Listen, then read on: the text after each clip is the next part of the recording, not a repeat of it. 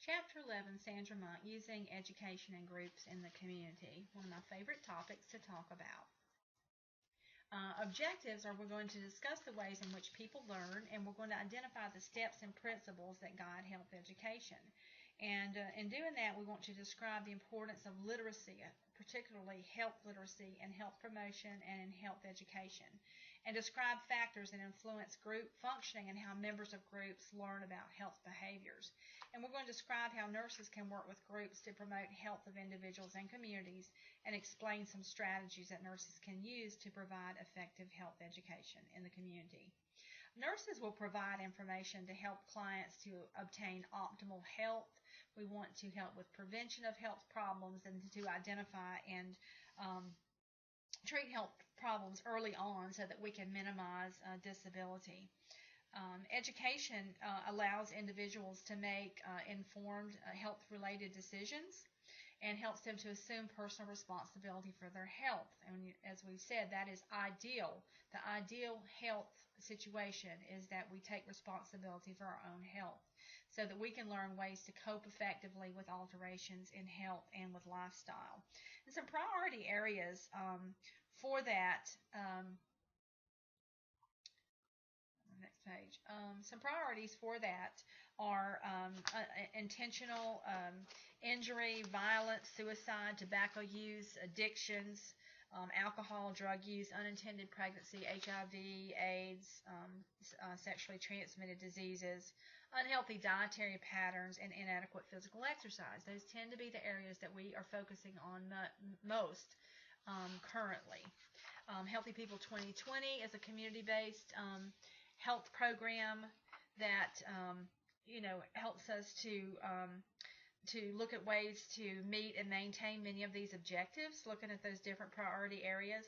And also the educational objectives emphasize the importance of education of various populations based on age and ethnicity in priority areas. So we want to use our resources wisely, make the biggest impact we can on the best groups that are going to really impact these different types of problems in the community. And some typical steps in developing a health education program, and this is one of the things that you're doing this week in your online learning, is to identify a population-specific learning need for the community and health client. And that's going to be for your Head Start brochure, but also other imaginary ones that we have given as examples in online learning. Select one or more theories to use in the education program, and you want to consider which educational principles are most likely to increase learning, and you want to choose for the ones that are most appropriate and feasible. And you want to examine the educational issues such as is it population specific or is it cultural in nature?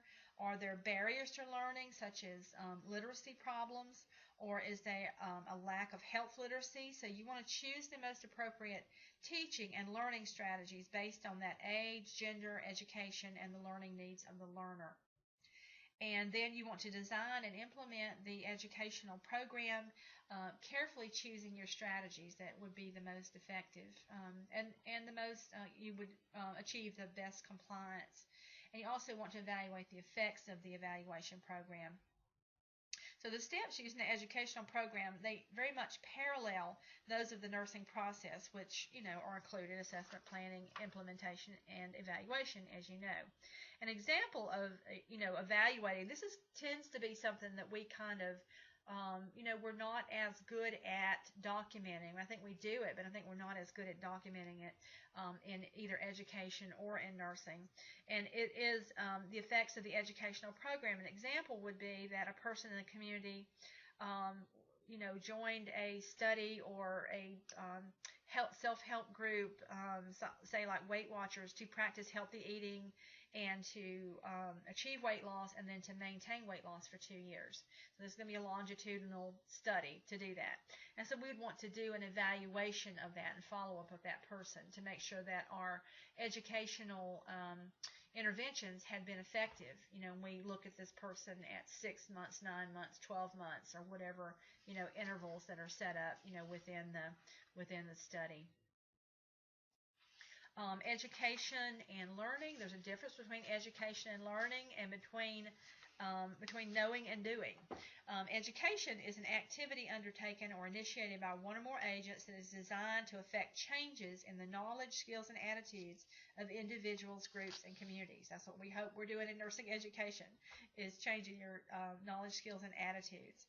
And the establishment and arrangement of events to facilitate learning and including providing knowledge and skills. So that's education. So we're providing that activity. Learning is the process of gaining knowledge and skills that lead to behavioral changes. And most definitions of the learning process include something about a measurable change in behavior that continues over time. So as you know, when you're developing your educational program, you want to develop measurable goals about, the percentage of what is going to happen, or the event that's going to happen, and what period of time it's going to happen, in order to be able to evaluate your goals properly. And we do that, in community health nursing. We do it in public health nursing, where we evaluate our goals. How do people learn? Learners accept information based on a range of factors, like what do they already know, particularly adults. What do they already know? What do they believe? What culture were they raised in? Their generational experiences related to learning, and how well they can understand and relate to the information that they receive. And there's really kind of been a shift in ideas about how people learn.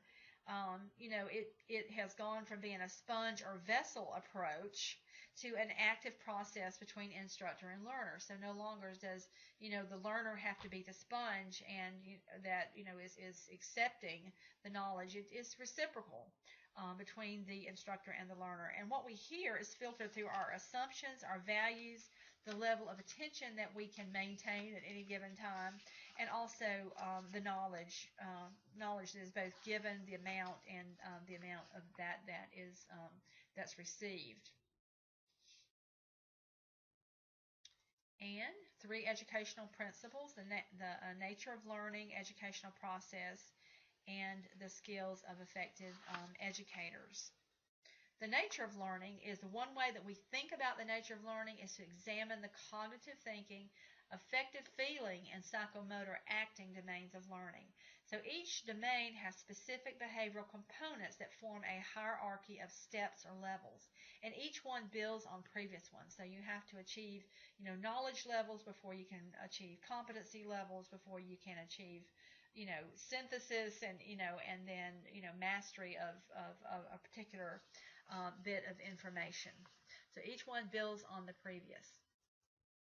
The educational process, we identify the educational needs, we establish educational goals and objectives, select appropriate educational models, implement the education plan, and evaluate for the educational process. So in the first one, you might, the nature of learning, build upon, like modules that build upon about the ways that people think about things, and the way they feel about things, and the way they can act on that learning.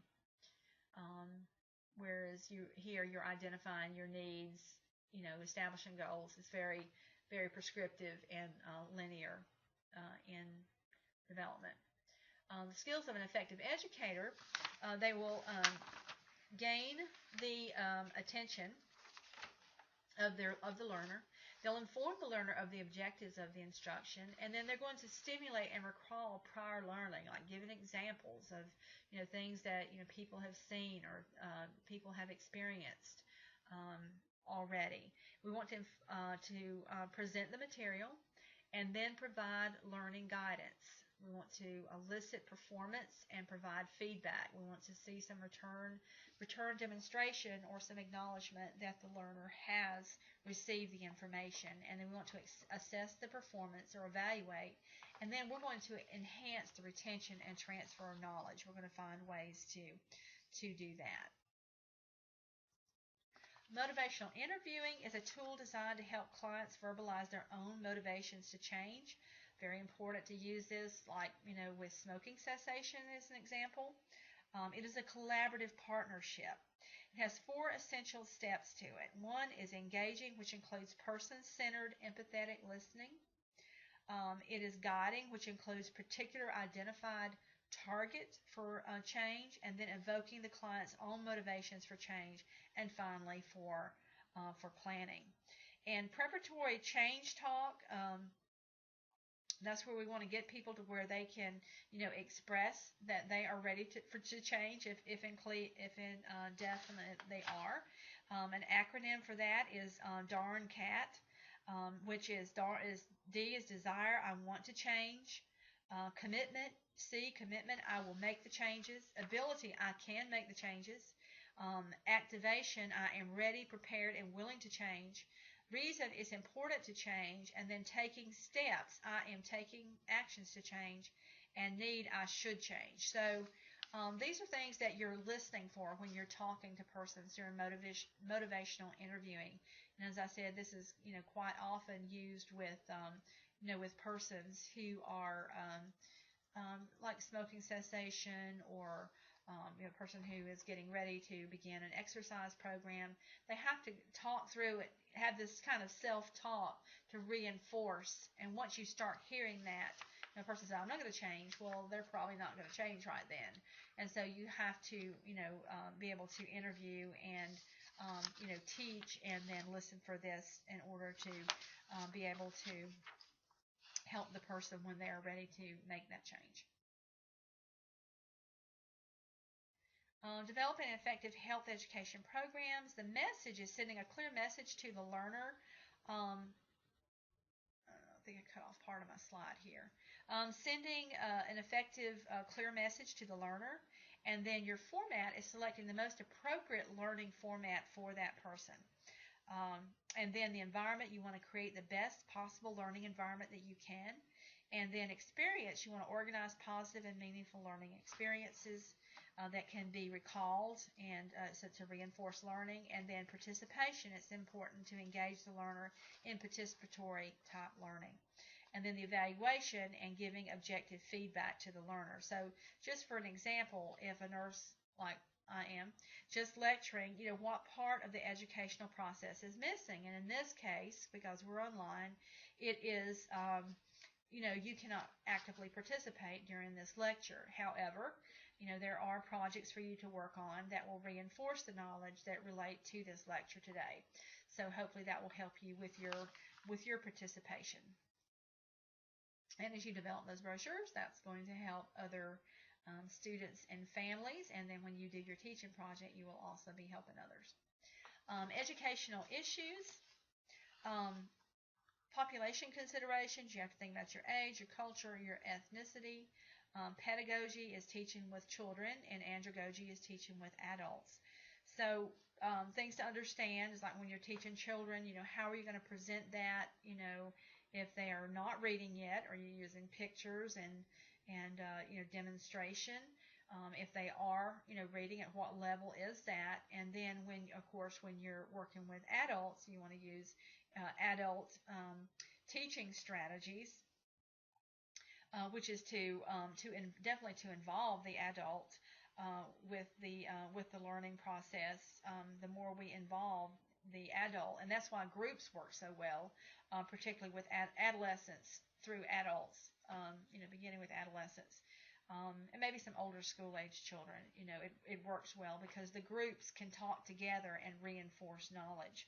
So, but many Americans, they do not have a very high reading level, so most reading material for education is generally at around the 7th grade level, although most literature is written by medical professionals probably at about a 10th or 11th grade level. So that can be a problem. So materials like that can be evaluated. There's an instrument to measure that. It's called Simple Measures of Gobbledygook. You don't have to, that's not going to be a test question, but you have to have an instrument to measure software, or, an instrument to measure the level of your material so that you have appropriate material. So persons that you think might not have a high reading level, then you might want to produce materials at a 5th grade level. If you notice that people are throwing down your reading material and you're teaching instruments, it may be because either they're not interesting or because they can't read them.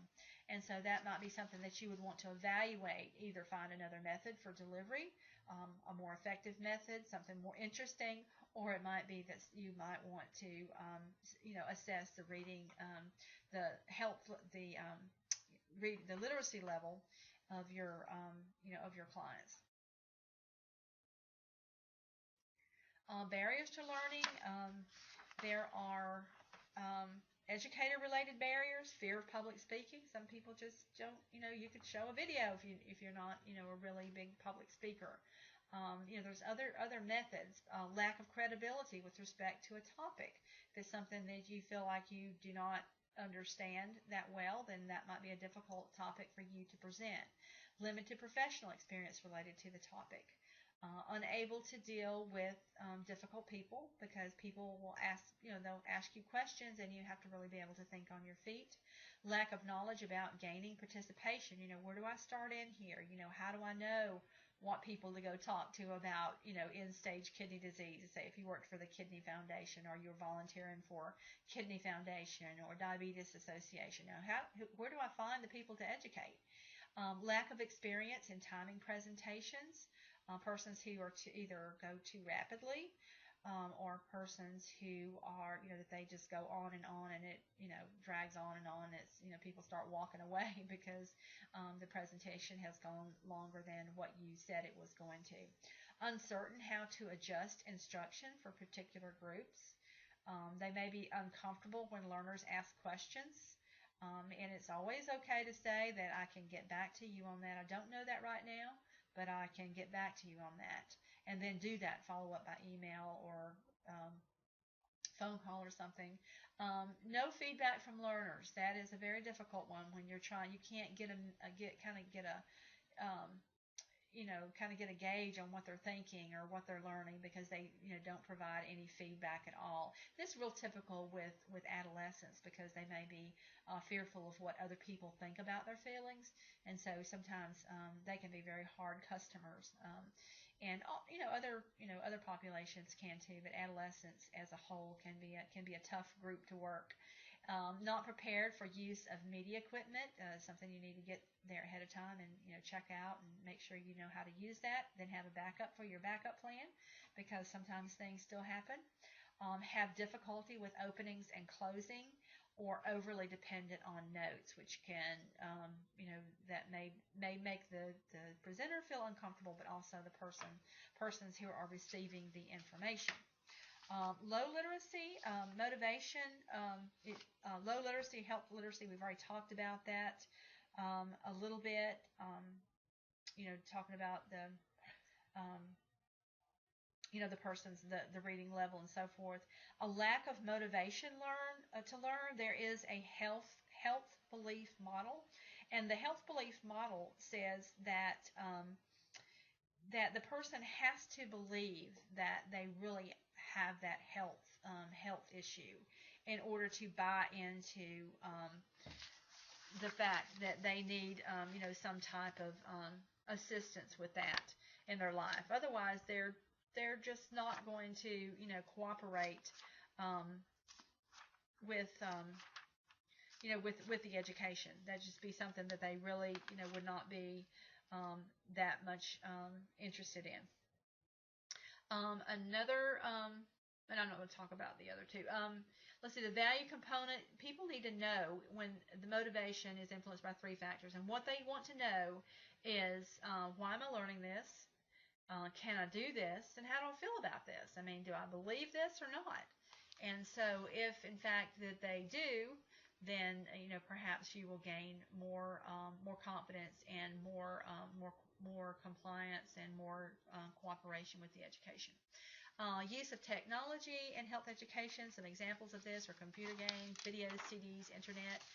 You may want to use a variety of technology tools. And they enable the learner to control the pace of instruction. You can put things on YouTube like I do. You can make videos. You can ask if it's somebody who's very technology savvy, that you could have them do return demonstration, on video. Have them video themselves doing things. Offer flexibility in the time and location of learning. You want to be very engaging and provide immediate feedback, and be consistent with how the learner prefers to receive the other kinds of information. So, kindness, consistency, all those type things, tend to make people feel comfortable with the teaching, and also to makes it, if they're comfortable, then they're going to receive the information more easily from you. Criteria for assessing the quality of internet health information: you want to look at the authorship. Where did this come from? Is this from a reliable source? Um, Content, credibility, currency, the design of it, the disclosure, interactivity, and links. So you want to look at all the different aspects of the quality of health information. I mean, if you're going to be using health literacy information from the internet, you want to make sure it is something that is credible through a government, perhaps a government type of website, something that is very reliable, something you've checked out very thoroughly, and you make sure that it is, has all of these different, aspects. Interactivity is good, because if you just send somebody something and they're just supposed to read it, but if they're moving through and going to links and those types of things, so all of this, in addition to it being, accurate and good, information that's really going to be helpful to somebody in the situation that they're in, whatever that, community health issue or, individual health issue. Evaluating the educational process is important to evaluate the educator. I learn things all the time by what students and persons in the community tell me about my education, my processes in providing education. You want to evaluate educational products. If you're using any kind of websites or you're using any kind of technology, you want to make sure that you evaluate that. And you want to evaluate any health and behavioral changes, and look at, in addition, look at long-term evaluation, because this is a systematic way to help you make decisions to improve your educational program. So it's very important that you perform this educational, this evaluation part of the education. So always asking for feedback. And one more slide. Let's see. Working with groups effectively to educate groups. A couple more. Groups can be used to initiate and implement changes for individuals and families and organizations and communities. They represent collective interests, needs, and values of individuals, and they provide a link between the individual and the larger social system. I think the main thing about groups is it is a safe place where people can be, people who have like interests and like problems and like knowledge deficits, they can all meet together and begin to process, and it can help process health information, and it can help bring around changes to improve health and well-being of individuals and communities. And some individual changes are very difficult and or almost impossible to achieve without group support and encouragement. I mean, you think about AA. You think about some of those that have been so successful in helping persons to live with alcoholism and addictions. Weight Watchers is another great one that really works for weight loss and weight management.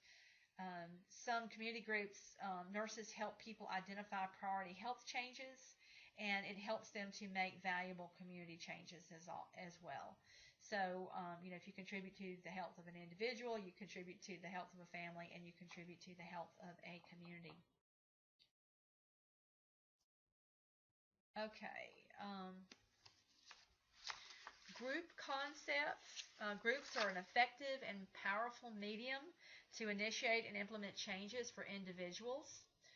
When we talk about group in the community concept, so it helps to implement changes for individuals, families, organizations, and the community. And so some of the key elements in that are group interaction and a group purpose. So that's usually established, what the purpose is, of the group, whether it's, mothers who are breastfeeding, who support, one another. And then group development has to happen to to where people feel safe within the group. People can take shared leadership within that group. And this can happen, with adolescents and with adults. That there's a cohesion, that they feel they're there as a community and they have a group purpose. And then there are tasks and maintenance functions. We have to figure out how you resolve conflict, ahead of time before it happens, and how you vote on things, how will group decisions be made, because everybody's not going to agree on the same time to start the meeting, same time to end the meeting, the same thing to do if somebody starts monopolizing the conversation. So all those things have to be determined ahead of time for groups. Your norms, you look at your tasks, your maintenance, just how the group functions, and the group culture. Sometimes when people come into a new group, somebody in the group will just say, well, that's just how we are, or that's how we like to bring food when we do our group, or we there's certain things that we do within our group, and it becomes a group culture. Leadership is best shared among the group. Someone facilitates it, like a nurse would facilitate that, but then it is always good for the leadership to be shared among the group, to maintain healthy group structure. Okay, promoting health through group education. Health behavior is influenced by the groups to which the people belong, and groups will support an individual's health changes. And it helps people not to be socially and emotionally isolated. So persons with certain health, they might have some shame, or they might have some fear related to certain health changes, such as stopping smoking, or practicing certain health habits because of potential kidney damage. And so within their group, they can find the support that they need and the safety for that. So you may, as a nurse, need to help people choose groups for health change, help introduce them, know what the resources are out there. There are many established groups. Some are selected membership groups. You have to join them. You pay fees, like Weight Watchers. Some of them are free.